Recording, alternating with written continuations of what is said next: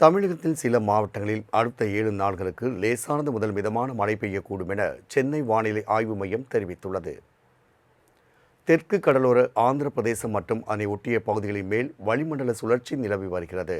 இதனால் தமிழகத்தில் ஒரு சில மாவட்டங்களில் லேசானது முதல் மிதமான மழை பெய்யக்கூடும் எனவும், அடுத்த 2 நாட்களுக்கு கோவை, திருப்பூர், நீலகிரி உள்ளிட்ட மேற்கு தொடர்ச்சி மலை மாவட்டங்களில் இடி மின்னலுடன் கூடிய கனமழை பெய்யக்கூடும் என்றும், 24ஆம் தேதி தமிழகத்தில் ஒரு சில இடங்களிலும், புதுவை மற்றும் காரைக்கால் பகுதிகளிலும் இடி மின்னலுடன் கூடிய லேசானது முதல் மிதமான மழை பெய்யக்கூடும் என்று அறிவிக்கப்பட்டுள்ளது.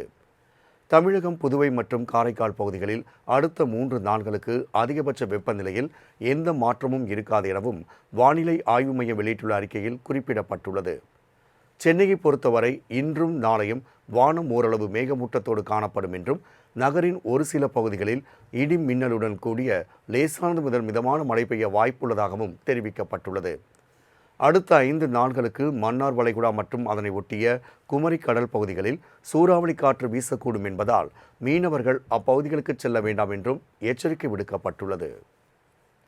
தமிழகத்தில் சில மாவட்டங்களில் அடுத்த 7 நாட்களுக்கு லேசானது முதல் மிதமான மழை பெய்யக்கூடும் என சென்னை வானிலை ஆய்வு மையம் தெரிவித்துள்ளது.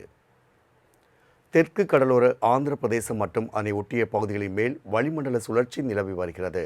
இதனால் தமிழகத்தில் ஒரு சில மாவட்டங்களில் லேசானது முதல் மிதமான மழை பெய்யக்கூடும் எனவும், அடுத்த 2 நாட்களுக்கு கோவை, திருப்பூர், நீலகிரி உள்ளிட்ட மேற்கு தொடர்ச்சி மலை மாவட்டங்களில் இடி மின்னலுடன் கூடிய கனமழை பெய்யக்கூடும் என்றும், 24ஆம் தேதி தமிழகத்தில் ஒரு சில இடங்களிலும், புதுவை மற்றும் காரைக்கால் பகுதிகளிலும் இடி மின்னலுடன் கூடிய லேசானது முதல் மிதமான மழை பெய்யக்கூடும் என்று அறிவிக்கப்பட்டுள்ளது.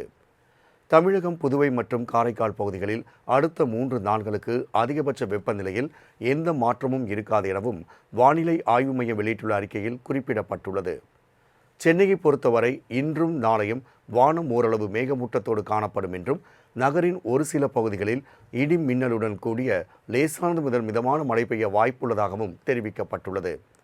அடுத்த 5 நாட்களுக்கு மன்னார் வளைகுடா மற்றும் அதனை ஒட்டிய குமரி கடல் பகுதிகளில் சூறாவளி காற்று வீசக்கூடும் என்பதால் மீனவர்கள் அப்பகுதிகளுக்கு செல்ல வேண்டாம் என்றும் எச்சரிக்கை விடுக்கப்பட்டுள்ளது.